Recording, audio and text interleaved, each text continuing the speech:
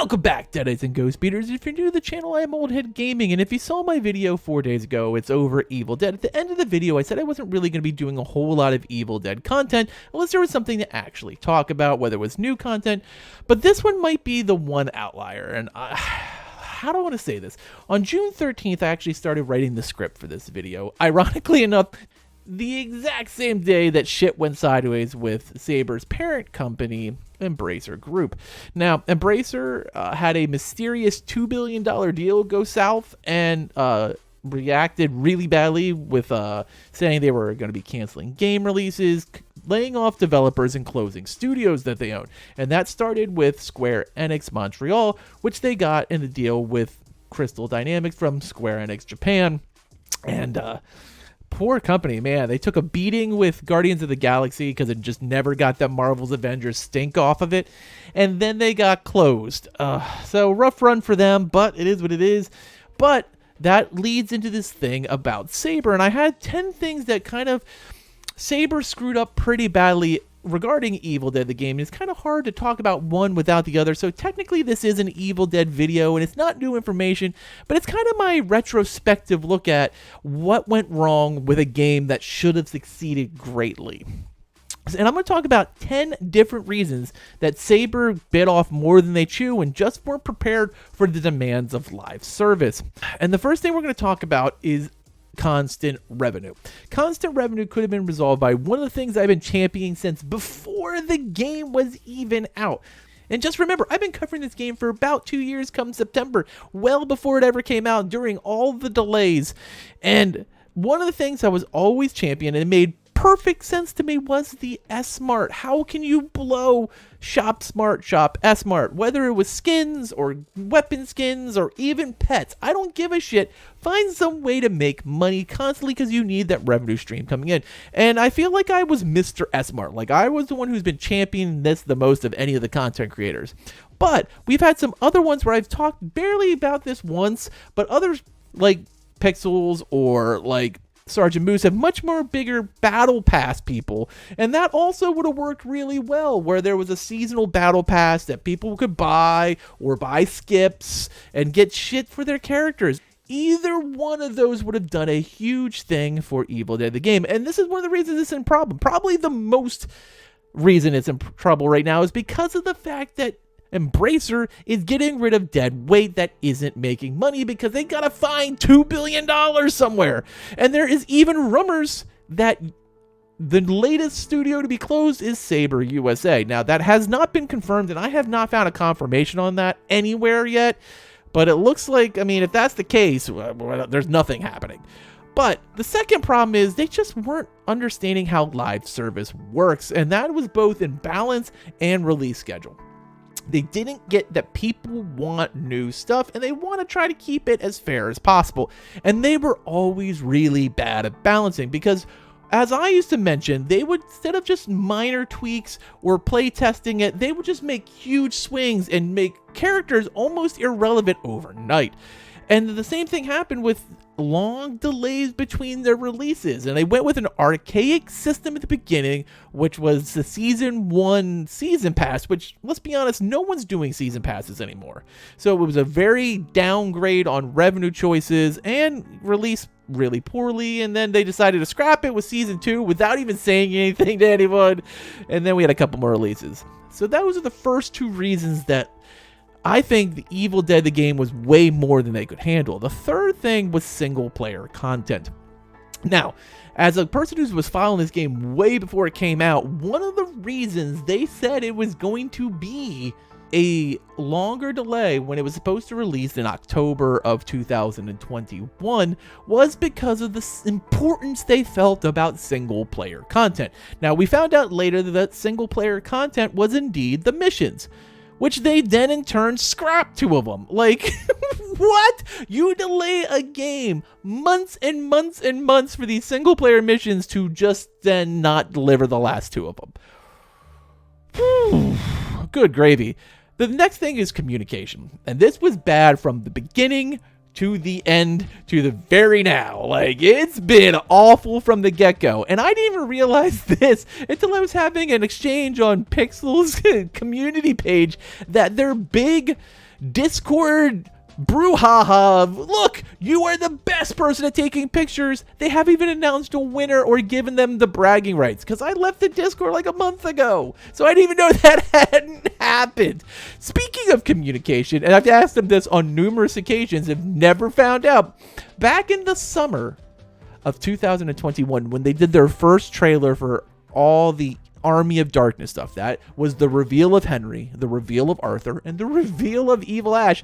Evil Ash was doing finishers on survivors. Whatever happened to that? He never reached launch. It was completely deleted without talking about it.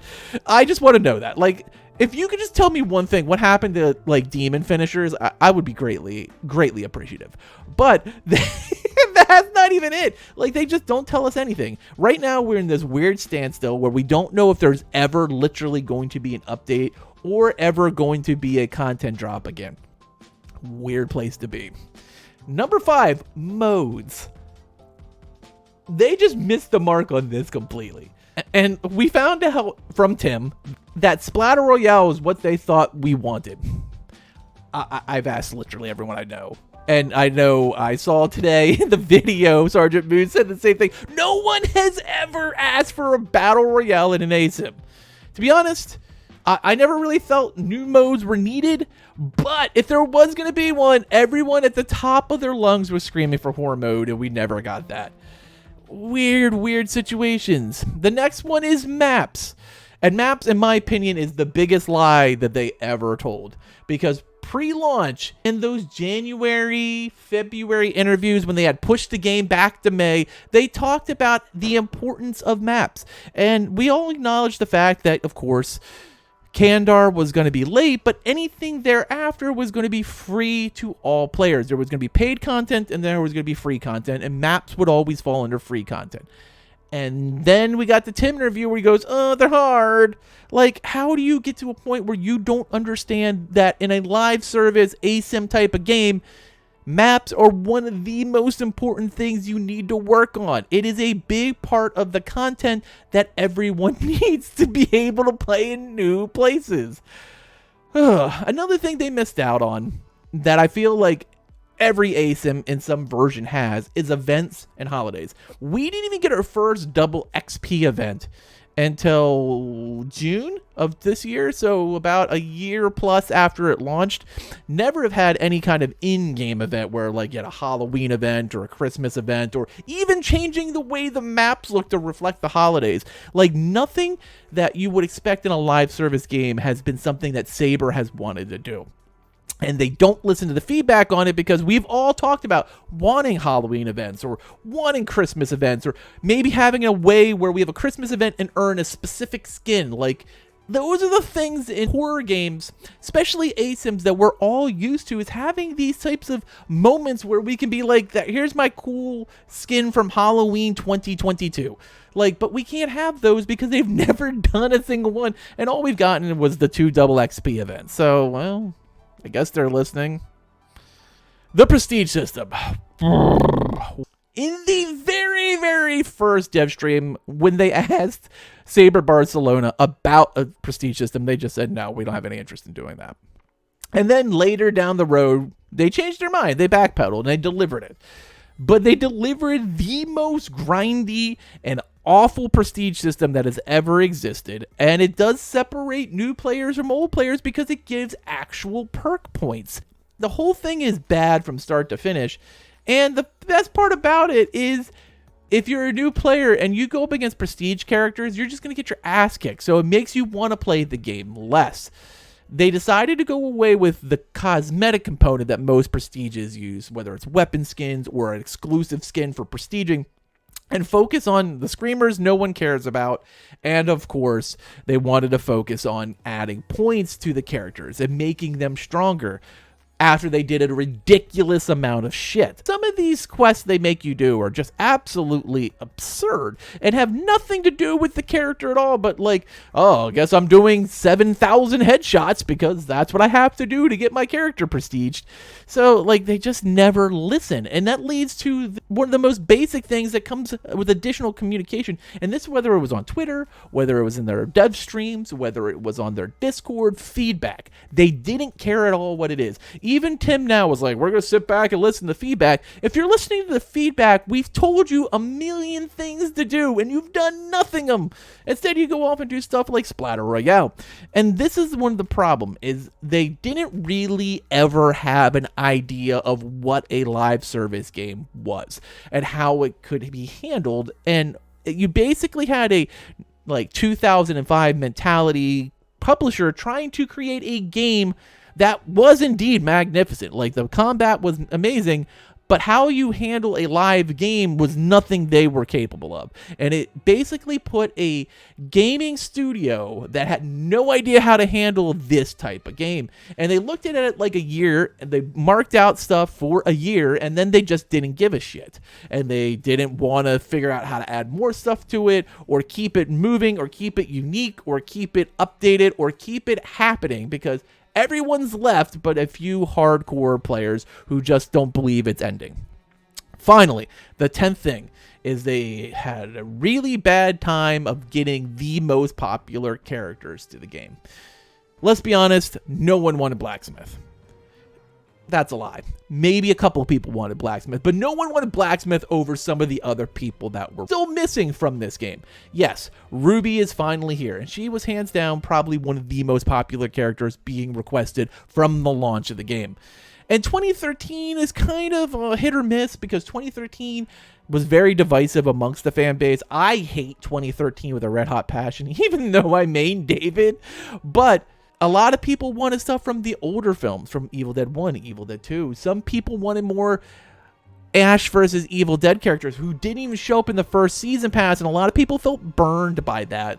We got Ball, we got Ruby, we got Brock, but we never got Brandy. We never got Chet. How we didn't get Chet, it's going to go down as one of the biggest misses in this entire freaking thing. Even when they asked him about Chet, he just kind of scoffed and goes, well, if you talk to your brother, you'll get in the game. Like, seriously, this is how you want to portray how you perceive the Evil Dead fan base?